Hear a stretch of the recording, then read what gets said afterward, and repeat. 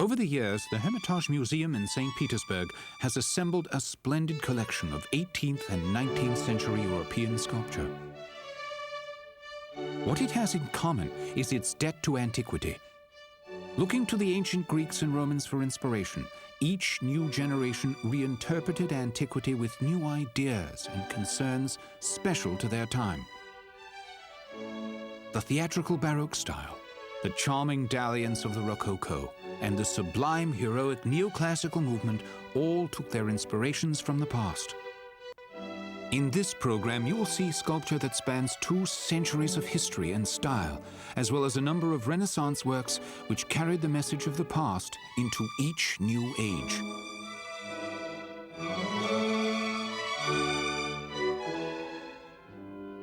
Sculpture is unique among art forms in its ability to produce the illusion of human presence. The power of the human personality frozen in stone has astonished, even disturbed people throughout the centuries. Michelangelo saw sculpture as a kind of divinely inspired creation, akin to God's creation of man. The Jewish and Muslim religions chose to forbid the graven image because God is the only true creator. On the other hand, Christian religion glorified God through art. The ancient Greek myths have many references to sculpture. One of the most famous was the story of Pygmalion, who spurned the love of all mortal women. The Greek goddess Aphrodite punished him by causing him to fall in love with the stone statue he had carved of his ideal mate. The famous early Renaissance sculptor Donatello is said to have shouted at one of his works, "Speak, damn you, or the plague take you."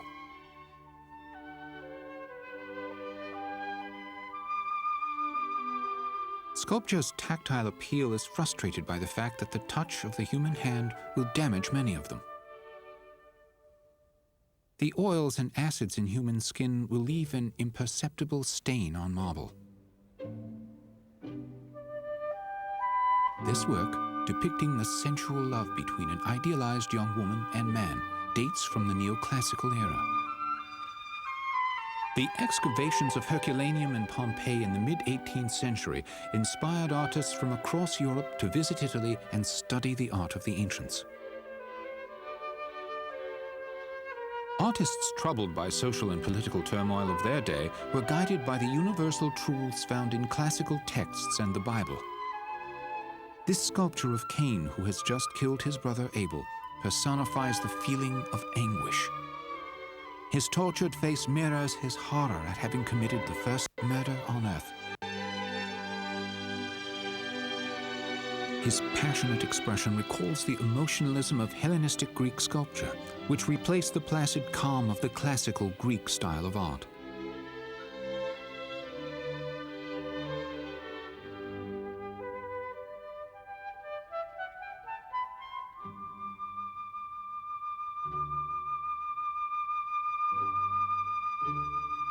The limp body of the dead Abel, lying at his brother's feet, is evidence of Cain's sin. Amid revolutions and social upheaval at home, artists produced works which aspired toward a world of justice, order, and sublime beauty. In the Neoclassical era, the Greek myth of Ganymede became a popular topic. He is depicted here in the company of his dog who helps him herd the flock.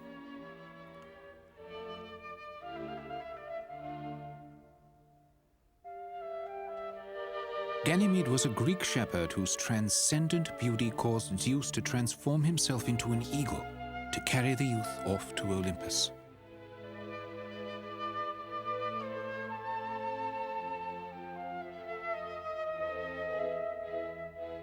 Notable in this piece is the exquisite quality of the marble and the high polish of its surface.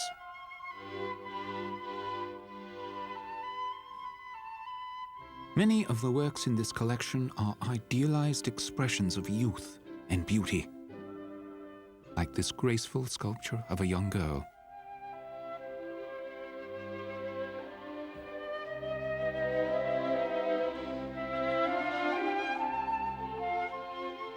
This nymph is an early 19th century neoclassical work. Although her expression is benign, the long lines and contorted pose of her body suggest there is something more than meets the eye. Her twisted position invites the viewer to walk around her to find that she has just been bitten by a scorpion. The tiny scorpion is left to be discovered. Like the sculptures of ancient Greece and Rome, this small, austere beauty is placed in an atmosphere of grand, inspiring columns.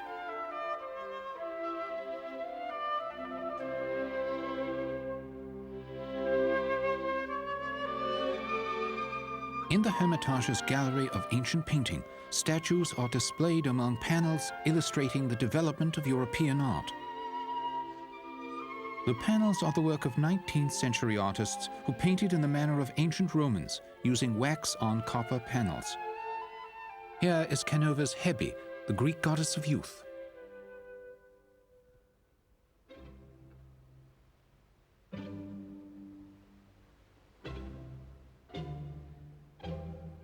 The room contains numerous works by this celebrated Italian sculptor. He is regarded as the most influential sculptor of the neoclassical movement. Canova's Cupid and Psyche embrace in eternal anticipation of a kiss.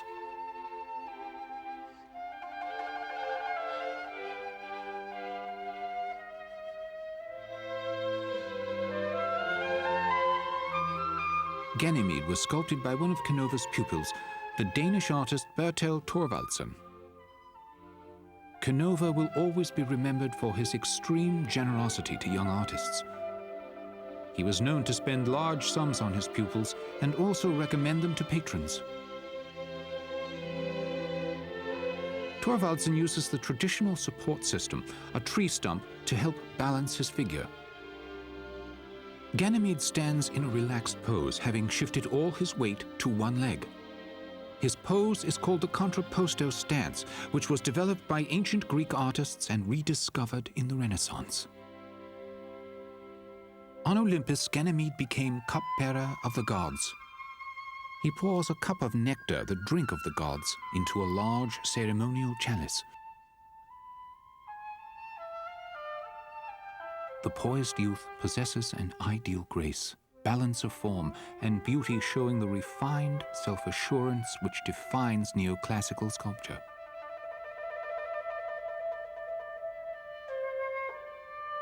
Cupid, the winged god of love, is by Canova. Like Thorvaldsen's Ganymede, Cupid also leans on a tree stump for support. Such bracing was necessary to provide a stable base for the highly breakable marble. The subtle contours of the youth's pubescent form epitomize ideal grace as well as charm. A tiny support links the hand to the body.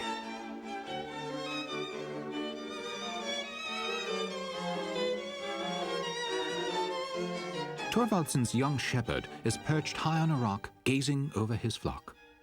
His graceful body is in the style of ancient Greek sculpture. The dog, not often depicted in antiquity, is sculpted in the blocky Nordic style of Thorvaldsen's homeland. Canova worked in the late 17th and early 18th centuries. He ran a large studio in Rome, but also traveled throughout Europe, working for the most important political figures of his day. His patrons included Catherine the Great, the Duke of Wellington, Napoleon Bonaparte, and Pope Clement XIV. This spirited, youthful Bacchus figure is reminiscent of Canova's early naturalistic style.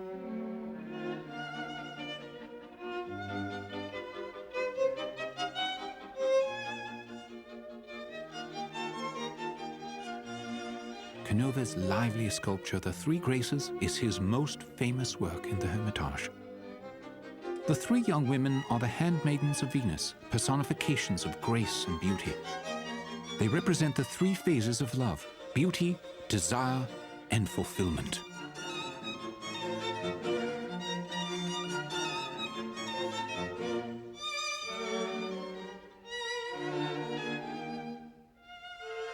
With an interplay of gesture and motion, their reactions to one another create a vivacious energy and movement throughout the composition. Here we have a heroic feat in Baroque composition, the Death of Adonis by the Italian sculptor Giuseppe Mazzuola. The twisting spiral of the figure begs the viewer to circle the sculpture and admire it from various angles.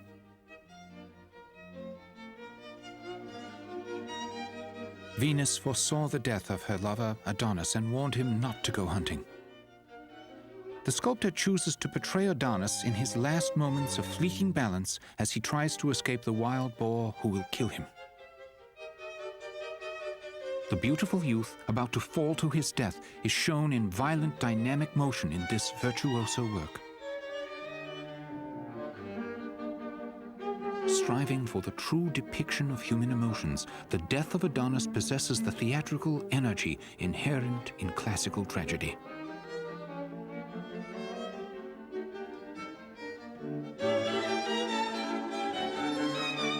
Adonis lets out a cry of pain before surrendering to death. The work is a fine example of sculpture in the round. The spiraling composition shows the influence of the Italian Baroque sculptor Bernini. Because the viewer must walk around it to see it completely, the work is intended for display in a large hall, such as this one, or an outdoor park.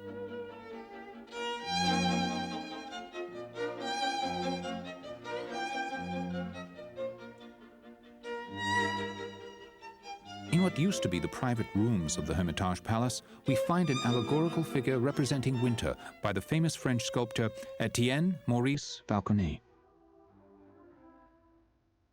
Falconet portrays winter as a beautiful young woman seated on a block of ice. For his tenderly classical, mildly erotic works, he is regarded as one of the leading sculptors of the Rococo style.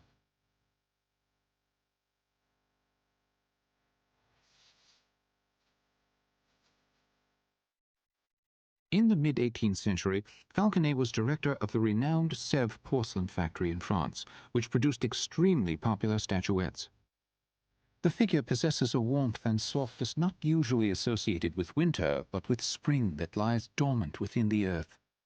She is draped in a solemn classical robe with one breast partially exposed. In her robe, she tenderly protects a bouquet of flowers. Her cup was broken by the frozen water. She possesses a classical beauty not unlike Raphael's or Leonardo's Madonnas of the Italian Renaissance. Her pose is reminiscent of paintings of Flora, the pagan goddess of spring and flowers, who is often depicted with one breast exposed. Falconet captures the ideal beauty of both antiquity and the Renaissance in his 18th century work.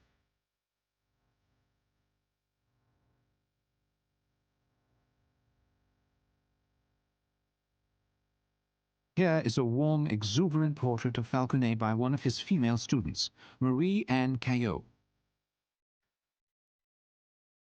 Falconet was induced to leave his directorship of the Sèvres factory for a commission of grand scale in Russia.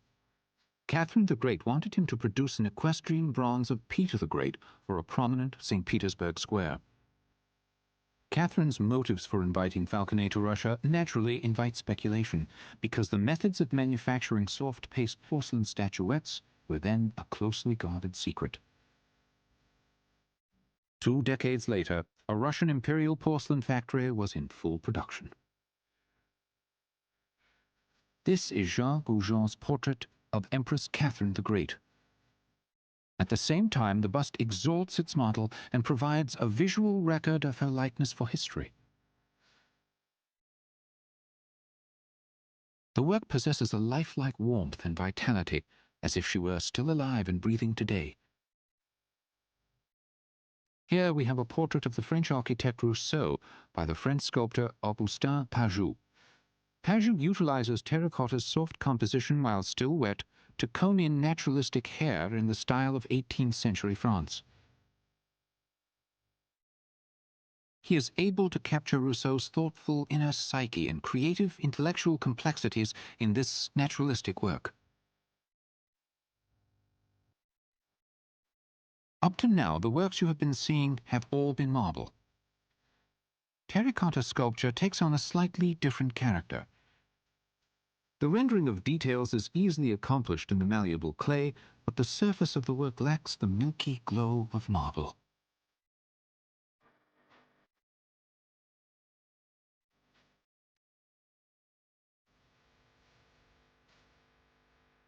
This is a terracotta portrait of Pierre Mignard, who succeeded Lebrun as director of the Paris Academy of Arts under Louis XIV.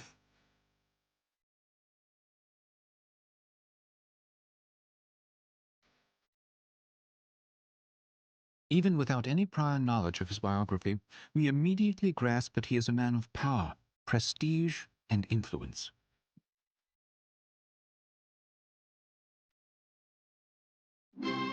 One cannot miss the grandeur of the bronze equestrian monument of Louis XIV by François Giardon. Louis XIV's power and reign is legitimized by depicting him as a Roman general leading his legions from his horse.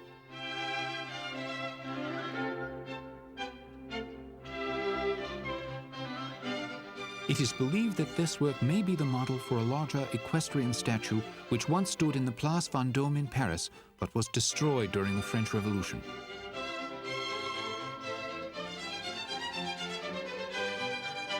Ironically, Girardon, the leading sculptor of Louis XIV's reign, died on the same day as Louis himself in 1715. Here we see another fine example of bronze equestrian sculpture of the Hermitage collection. In this bronze sculpture of a lion, we can see the same acute naturalism and the artist's keen attention to detail.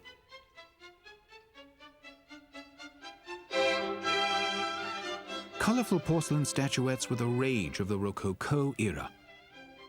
These portray a cross-section of Russian society in a variety of interesting characterizations.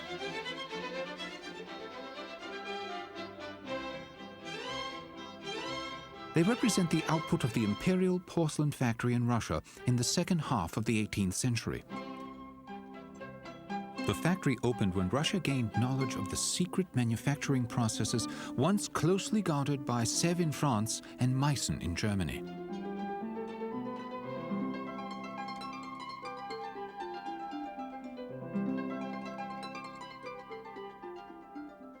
Many rooms in the Hermitage Palace were sumptuously decorated with Rococo-style ornamental reliefs that recall the fashionable residences of this time.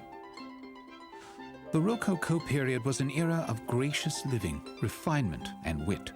It has been said that never before, nor perhaps ever again, would the world experience the heights of elegance of the fashionable salons, shops, and coffee houses of this age. The decorations that highlighted the walls of Rococo palaces and homes found many precedents in Italian Renaissance relief sculpture.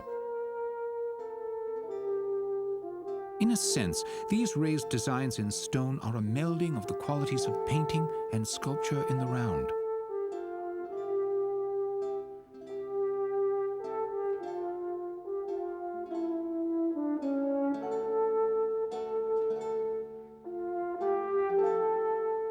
The projections may be as slight as in this low relief with plants and birds,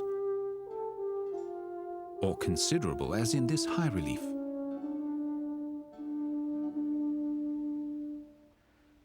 Renaissance artists borrowed their motifs from the ancients. Mythical animals and fluted fountains added an antiquated elegance to the interior of rooms. The same motifs were later used by neoclassical sculptors during the 18th century.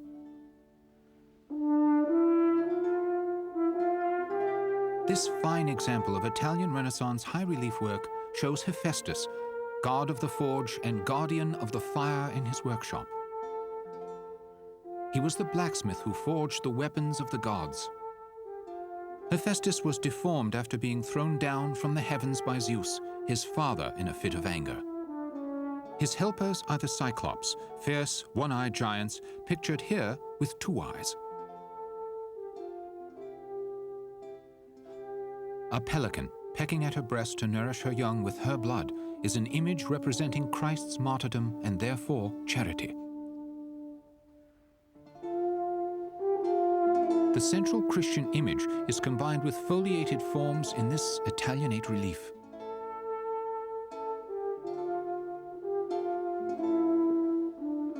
This late 15th century Italian marble relief of the Madonna and Child is believed to be by Tommaso Fiumberti. The Madonna faces us frontally. By choosing this composition, Fiumberti creates a direct intimacy between the subject and the viewer. They face each other as if in conversation. The Madonna and Child's faces project into space, while elements carved in low relief are perceived to be further away, suggesting depth. The more fully an object is carved, the closer it will appear to the viewer. The child is playful, twisting in his mother's arms like a human baby. Fiumberti lovingly renders his figures and creates a living child and a devoted mother, a truly human vision of the Virgin Mary and the Christ child.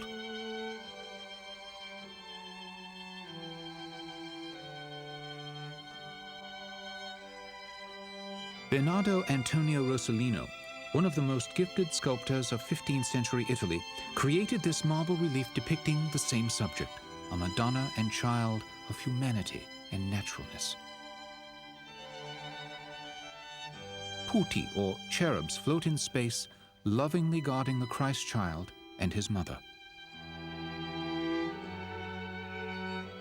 Gradations of relief communicate depth. The elegant sheer fabric of the Virgin's robes provide a soft background for the child she gently holds in her lap. The milky white marble appears to emit an inner glow. Rossellino pays special attention to the child's wispy hair. It looks extremely naturalistic, like the hair of a real baby.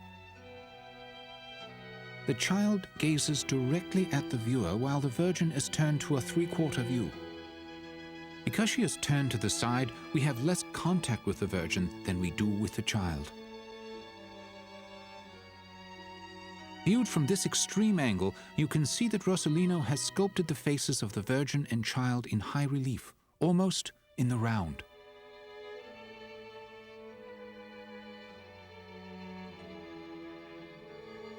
We now move from Rossellino's 15th century depiction of sacred love between the Madonna and Christ child to the sensual love between man and woman in the sculpture Spring by Auguste Rodin. While visiting Italy in 1874, Rodin was overwhelmed by the spiritual intensity of Michelangelo's figures. He especially admired Michelangelo's many half-finished sculptures left in rough-hewn blocks of marble. Like Michelangelo before him, Rodin leaves his figures immersed in the raw marble. The physical mass of the unarticulated stone represents the earthbound nature of their love.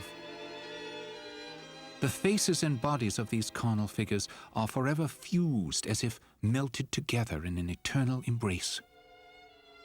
The features of the man and the woman are not carved. They are only suggested by the indefinite surfaces that blend the light and dark into ephemeral blurs and smudges.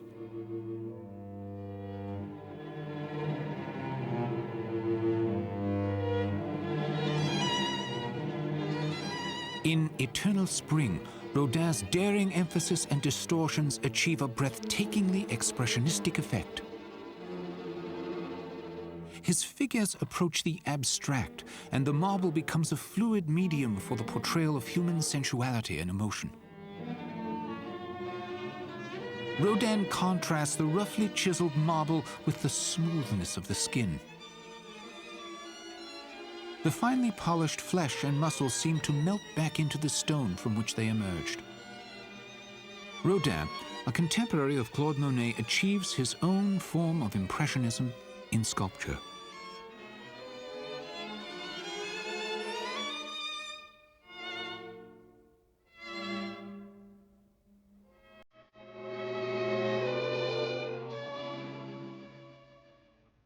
Here we have a wooden sculpture of a harlequin by the Italian artist Augusto Morero.